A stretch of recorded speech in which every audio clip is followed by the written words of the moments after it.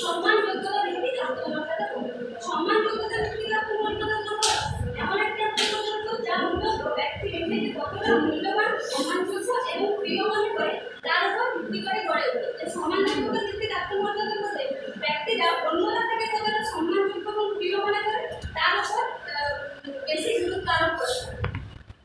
সামর্থ্য ভিত্তিক আত্মমর্যাদা সামর্থ্য ভিত্তিক আত্মমর্যাদা বলতে একজন ব্যক্তি তার সামর্থ্য সম্পর্কে কতটা বিশ্বাসী এবং তার সামর্থ্য সম্পর্কে সে কতটা ধারণা পোষণ করে তার উপর ভিত্তি করে গড়ে ওঠে।